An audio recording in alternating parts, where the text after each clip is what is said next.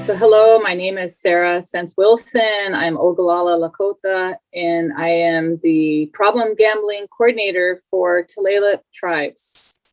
And I've been at Tulalip Tribes as the coordinator for 6 years now.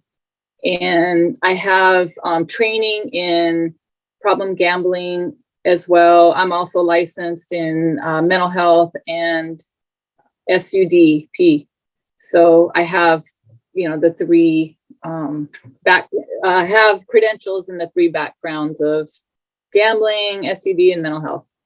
My background, started in chemical dependency, almost 20 years ago, working outpatient at recovery centers of King County. And it was through that experience of doing intensive outpatient that I learned how valuable it is and how important it is to have time and space created and dedicated to processing and not just doing the education piece, but also creating a therapeutic environment where people are able to, at their own pace, be able to integrate and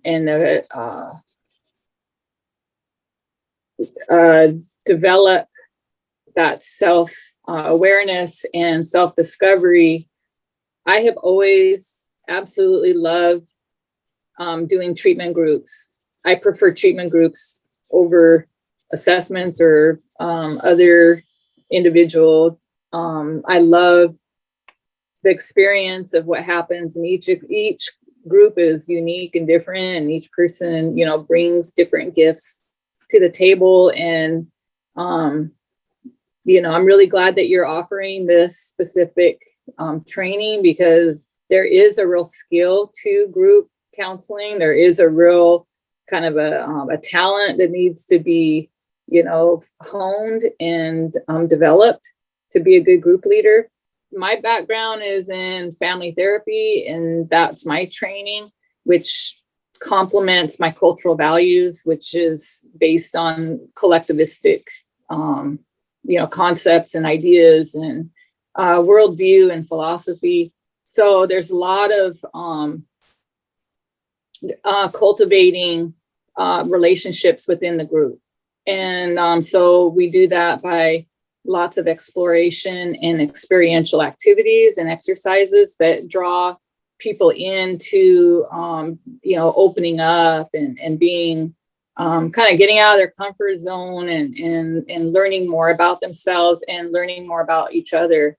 And so it becomes a very much a really strong bond that our group members form with one another, which again is really important, because treatment's not meant to be lifelong. Treatments like this.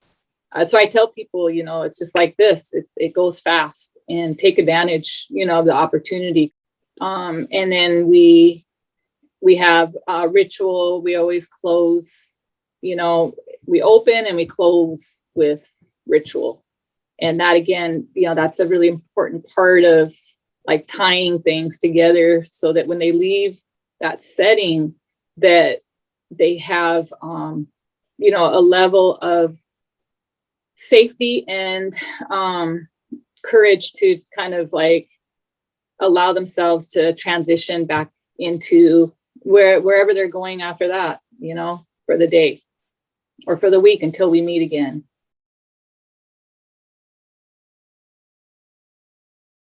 A lot of times family members have questions about their role and how they might support their problem gambler. And so we offer, suggestions and demystifying some of the common misperceptions about this addiction.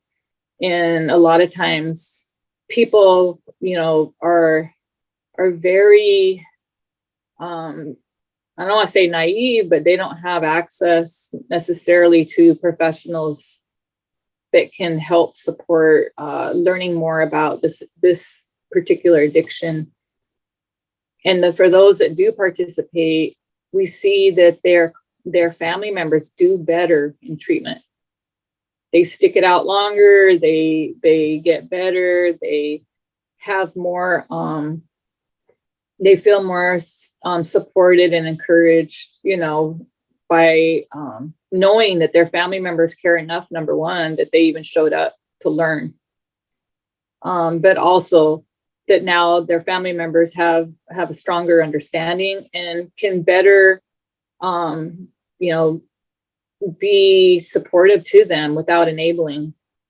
We've had people bring their sponsors. We've had people bring, their cousins, their nephews, we've had people that show up with like all their siblings that, that attend, and it's wonderful. I really love doing family night.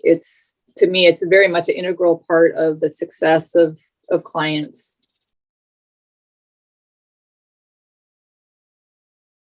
It's absolutely necessary and critical that cultural awareness and understanding and considerations are thought of and applied and addressed in treatment.